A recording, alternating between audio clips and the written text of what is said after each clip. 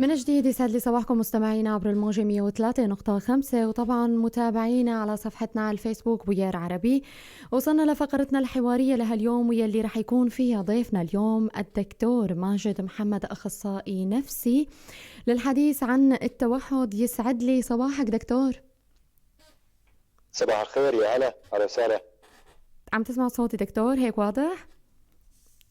ايه، واضح تمام. تمام دكتور، بداية لو تعرف لنا التوحد وهل يمكن أن نعتبره مرض؟ التوحد يعتبر من الاضطرابات العصبية التطورية، يعني يظهر في مرحلة مبكرة من تطور دماغ الطفل، فمما يؤثر على مهارات الطفل وسلوكياته. أها. العرض المشترك بين جميع الاضطرابات او جميع الاطفال المصابين بهالمرض هذا هو خلل التواصل او التفاعل الاجتماعي. طبعا يعتبر مرض لانه يؤثر على اداء الطفل سواء من الناحيه الاجتماعيه وحتى تواصله مع الاقران او حتى مع الناحيه الاكاديميه، التحصيل الدراسي، فهو مرض. المرض يشخص عاده بعمر السنتين الى 3 سنوات، وتقدر نسبته تقريبا ب 6 إلى 8 بال10,000. هذا التعريف المختصر للمرض. طيب دكتور، ما هي أعراض التوحد؟ أعراض التوحد ممكن نصنفها ب3 مجموعات أساسية. المجموعة الأولى هي خلل التواصل الاجتماعي، يعني تواصل عند الولد أو الطفل المصاب بالتوحد تواصل ضعيف، يعني سواء من الناحية البصرية تواصل بصري، مثلا الطفل الطبيعي لما تحاكي مثلا يطلع عليك عينه، بينما الطفل المصاب بالتوحد بتكون عينه قاعدة لمكان ثاني غير باتجاهك. الطفل التوحدي ما بيعرف يعبر عن مشاعره، هو ساعات هيك ثابته جامده، وعنده صعوبه بتكوين علاقات مع الاطفال اللي عمره، يعني مثلا باللعب او ما عنده صعوبه في انشاء العلاقات او صداقات. الناحيه الثانيه هي خلل التواصل، يعني في عنده مشاكل بالكلام، يعني اول شيء كلامه يتاخر لحتى يبلش يحكي الطفل، او يكون عنده غياب كامل بالكلام، او بدل ما يستخدم الكلام للتعبير عن طرف شيء معين يستخدم الاشاره، يستخدم كلمات غير مفهومه او كلمات بغير محلها، او يمكن يستخدم احيانا لغه غير مفهومه. المجال الثالث هي السلوكيات النمطيه عند هذا الطفل، يعني عنده سلوكيات، اهتمامات او نشاطات غير طبيعيه مختلفه عن الاطفال الثانيين. فينا نعطي امثله، مثلا بيهتم باشياء غير مألوفه، مثلا ممكن يستمع لدقات عقارب الساعه لمده ساعه وما يمل، بينما لما ينجلس البيت وكانه ما عم يسمع. او مثلا يطلع على الحيط لفترات طويله وهو مستمتع بهالشيء هذا بصراحه. في شغلات ثانيه، مثلا يتمسك بروتين ثابت الطفل التوحدي، يعني على الفطور مثلا في صحن معين لازم يكون هذا الصحن موجود كل يوم الصبح، والا راح يؤذي حاله او يبكي او يصرخ. في شيء اسمه النمطيه والحركات التكراريه، يعني يقوم بحركات روتينيه يوميه متكرره لمده ساعات وهو مستمتع بهالشغلات هاي، مثلا يهز راسه للامام وللخلف وهو قاعد على الكرسي، او يدور حوالين نفسه، او ممكن يعض على ايده او يصرخ لفترات طويله. هاي الاعراض، مجموعه الاعراض الاساسيه للمرض. دكتور طيب كمان يا ريت لو تحكي لنا عن اسباب التوحد، شو هي الاسباب؟ هلا ما في اسباب واضحه للتوحد، بس في مجموعه من الفرضيات تتهم عده عوامل. في بدايتها العامل الوراثي. العامل الوراثي انه هناك صبغيات او جينات محدده تلعب دور في الاصابه، وبينت بعض دراسات انه حوالي 15% من اطفال التوحد عند اجراء دراسه جينيه ولد انه هناك طفره وراثيه عند هؤلاء الاطفال بمورثات معينه.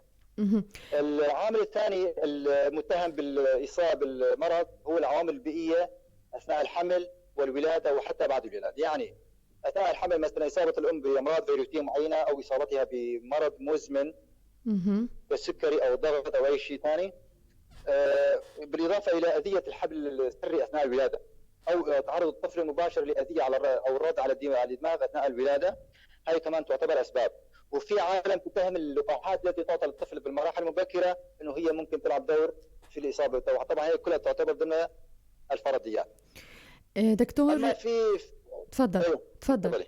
لا دكتور كمل تفضل. ايه فيما يتعلق بقصه مشاهده التلفزيون بسبب التوحد، هاي فكره خاطئه تماما. يعني مشاهده التلفزيون لساعات طويله قد تسبب مشاكل الطفل، يعني على مستوى السمع، على مستوى البصر، على مستوى اللعب مع الاطفال، ولكن مستحيل توصل لمرحله التوحد يعني. دكتور، كمان ما هي أنواع مرض التوحد، وما هو النوع الأكثر شيوعاً في منطقتنا، وما هي أكثرها خطورة؟ هلا ما في شيء اسمه أنواع التوحد. هلا سابقاً كان في التوحد ضمن مجموعة من الاضطرابات سميناها الاضطرابات النمائية، مثل اضطراب اسبرجر، اضطراب الريت، الاضطرابات النمائية الشاملة، ومن ضمنها اضطراب التوحد. ولكن حديثاً، وبما إنه الأعراض في أعراض مشتركة كثيرة بين هالاضطرابات هاي، صنفت كلها تحت مسمى اضطراب التوحد. يعني المشكله ليست بنوع التوحد ولكن بدرجه التوحد. هذه الدرجه تختلف من حيث عدد وشده الاعراض الموجوده عند الطفل. يعني كل ما زاد عدد الاعراض وزاد شدتها تزيد درجه التوحد، ولكن ما في نوع محدد مثلا هذا التوحد. لذلك يسمى الطيف توحد، طيف واسع، تختلف من درجه من طفل لاخر حسب الدرجات. ما هي العوامل التي تزيد من خطر الإصابة بالتوحد لدى الأطفال؟ وهل هلا قبل شوي قلت لي إنه الوراثة، بدي إياك تعمق أكثر بالإجابة، إنه هل الوراثة دور في ذلك؟ هلا حكينا عن الأسباب، هي الأسباب هي نفسها ممكن تكون عوامل خطورة للإصابة. بالإضافة إلى أسباب ثانية، مثلا عمر الوالدين، لما يكون أحد الوالدين أو اثنيناتهم بأعمار كبيرة ممكن يكون عامل للإصابة بالتوحد. بالإضافة إلى اضطرابات عصبية معينة مثل التخلف العقلي أو الصرع أو حتى التشوهات التشريحية بالجمل العصبية المركزية ممكن تكون من عوامل الخطورة لإصابة التوحد. فيما يتعلق بالعامل الوراثي، حكينا أن الوراثة تلعب دور، ولكن ليس الدور الكبير، ولكن حديثا هي المتهم الأكبر بصراحة الوراثة. يعني بعض الدراسات اثبتت انه وجود صبغيات معينه او مورثات معينه بالاسم، يعني مثلا الصبغي العدد رقم فلاني، عندما تصيبه تشوهات معينه او يصير عنده طفره معينه ممكن ان يكون هو مرافق لمرض التوحد. وقلنا انه 15% من الاطفال المصابين بالتوحد عندهم طفرات جينيه على مستوى المورثات يعني. دكتور، كيف يشخص الاطباء التوحد؟ هلا تشخيص التوحد تشخيص بصراحه باعتبار التوحد مرض راح يضل مرافق للطفل، فلازم يكون تشخيصه صحيح. فالتشخيص يحتاج الى فريق كامل من الاخصائيين، يتضمن طبيب اطفال وطبيب عصبيه، طبيب نفسيه واخصائي نفسي، لتحقيق المعايير. معايير التشخيص شو هي؟ اول شيء ظهور الاعراض اللي ذكرناها سابقا فيما يتعلق بالتواصل والتفاعل الاجتماعي والسلوكيات النمطيه. هالاعراض هاي لازم تظهر في مرحله مبكره من تطور الطفل، يعني بعمر 2 إلى 3 سنوات او اقل، حتى مع منه في حالات ممكن تظهر بعمر 10 او 11 سنه. الا تكون هذه الاعراض ناتجه عن التخلف العقلي اللي حكيناه سابقا او عن او اضطراب عصبي معين. والاعراض هاي تسبب خلل واضح في اداء الطفل على المستوى الاجتماعي وعلى مستوى تحصيله الدراسي. فاذا تحققت المعايير هاي يتم تشخيص التوحد. يا ريت دكتور كمان لو تحكينا عن علاج التوحد، وهل هناك علاج ناجع له؟ ولحد الآن ما في علاج للتوحد. يعني أغلب العلاجات هي علاجات سلوكية لما تكون بمراكز معينة أو في برامج معينة يتم تعليمها للآباء. غاية هذه العلاجات طبعا ليست كفاء، ولكن تستهدف هذه العلاجات عادة الأعراض الموجودة عند الطفل. يعني غايتها تنمية سلوك الطفل ومهاراته ومحاولة تصحيحها قدر الإمكان ليصبح الطفل يعني أكثر تفاعل وأكثر تواصل، وممكن يقدر يعتمد على حاله مستقبلا حتى لو ضمن الحدود الطبيعية. وطبعا في برامج خاصة لعلاج مشاكل النطق للأطفال اللي عندهم مشاكل واضحة بالنطق، مثل ما تكلمت في أطفال مثلا تتأخر عندهم اللغة أو تكون اللغة عندهم غير مفهومة، فهالبرامج موجهة لهدول الأطفال. هل علاج شافي لحد الآن ما في.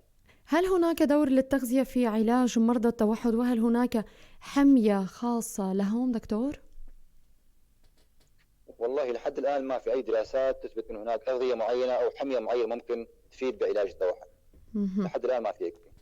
طيب، هناك دراسات أجمعت على أن إصابة الأطفال الذكور بالتوحد هي أكثر من نسبة أطفال الإناث. ما مدى صحة هذا الحكي دكتور؟ مزبوط هالحكي مزبوط تماما. يعني الإحصائيات العالمية تشير إلى أنه نسبة إصابة الذكور هي 4 أضعاف إصابة الإناث. طبعا السبب غير واضح، ولكن غالبا يرجح السبب انه الاختلاف بالصيغه الوراثيه عند الجنسين او اختلاف هرموني عند الجنسين. فهل المعلومه صحيحه 100% مضبوط؟ وكمان في انه البعض بيلجأوا للعلاجات البديلة في علاج التوحد، علميا ما مدى فعالية هذه العلاجات دكتور؟ والله بصراحه ما سمعت عن هيك، يعني شو العلاجات البديله اللي تستعملوها؟ اذا كان في علاجات بديله كانت العالم تحسنت وكانت الوفاه تحسنت، بس انا ما عندي فكره عن هالموضوع بصراحه. يعني لا يوجد علاجات بديلة؟ ما في علاجات بديله، لا. كمان لو بدنا نركز على الظواهر التي تظهر على الأطفال الرضع التي من الممكن أن تنبه العائلة أن هناك بوادر إصابة بهذا المرض. هلا ما في شيء واضح، ولكن في اعراض معينه ممكن الاهل ينتبهوا لها مثلا مشان يلاحظوا انه هل ممكن الطفل يصاب بالتوحد ولا لا. مثلا بالمرحله المبكره، بمرحله الرضاعه المبكره، مثلا الطفل تحسي انه يبكي كثير ويرفض الرضاعه من ثدي الام مثلا، او او في سلوكيات معينه مثلا لا تتوافق مع المرحله التطوريه عند الطفل. مثلا الطفل بعمر 3 اشهر عندما الواحد مثلا يداعبه او يضحك معه، الطفل يبتسم وبلش يضحك معه. بطفل التوحد ما عنده ردة الفعل هاي، بالعكس يكون الطفل جامد، او تكون ردة فعله من البكاء، عكس الطفل الطبيعي. او مثلا بالاعمار الاكبر، مثلا بعمر 8 شهور او 9 شهور، الطفل بلش يخاف من الاشخاص الغرباء، يعني يعرف والد ابوه وامه ولكن الاشخاص الغرباء يخاف منهم ويبتعد عنهم. بينما الطفل التوحدي تحسه في عنده جمود، يعني ما عنده خوف من هالشيء هذا. هاي الاعراض ممكن تنبه الاهل انه لازم ينتبهوا او يراجعوا اخصائي لحتى يتاكدوا من التشخيص. دكتور، شو هي الارشادات والنصائح يلي بتحب انك توجهها لاهالي المصابين بالتوحد وكيفيه التعامل معهم؟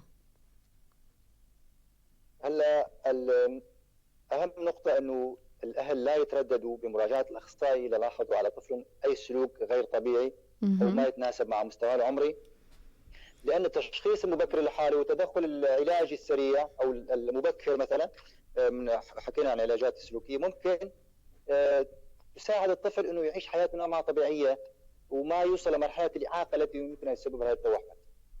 فالتأخير في العلاج يسبب تفاقم الحالة، لذلك لا تترددوا في علاج الطفل أو في تشخيص الحالة إذا شكيتوا في أي شيء غير طبيعي عند الطفل. كلمة أخيرة لك دكتور بتحب توجهها؟ بس بدي اذكر النقطه المهمه، انه في عالم كثير يعني تجيني مثلا انه والله طفل من كثر ما شاهد التلفزيون صار عنده توحد. بس بدي نوه هالفكره، بدي اكررها، يعني كررتها قلتها بس بدي اعيدها مره ثانيه، انه هالقصه هاي ما لها علاقه بالمنطق. يعني الموضوع قلنا انه التوحد هو تطور اضطراب تطوري عصبي، يعني في خلل في تطور الجمله العصبيه او خلل اثناء تطور الجمله العصبيه. مشاهدة التلفزيون لا تسبب توحد، بس مشان الأهل يتذكروا هالمعلومة، هي لا تسبب التوحد. ممكن تسبب إعاقات بالسمع، ممكن مشاكل بالبصر، ولكن لا تسبب التوحد. هاي المعلومة اللي حابة أحكي فيها بصراحة. شكرا دكتور ماجد محمد لوجودك معنا، ويسعد صباحك مرة ثانية. شكرا لكم، اهلا وسهلا. طبعا مستمعينا ومتابعينا، وصلنا لنهايه فقرتنا الحواريه واللي كان فيها ضيفنا الدكتور ماجد محمد، اخصائي نفسي، واللي حكينا عن التوحد. طبعا بعد هالفاصل الصغير مستمعينا ومتابعينا بنرجع لنكمل باقي فقرات عطر الصباح، استنونا.